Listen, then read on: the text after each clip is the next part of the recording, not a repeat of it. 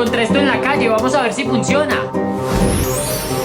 ¿Y tú quién eres? Soy el genio de la lámpara y te concederé 3 deseos. ¿En serio? Ponme a prueba. Que mi mamá me haga mi almuerzo favorito. Deseo concedido. Mini Federico, ya están tus nuggets con papas fritas.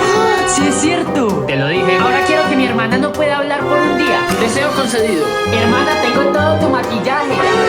¿Qué dices? No me lo creo. Te queda un deseo. Bueno, mi último deseo es que quiero deseos infinitos.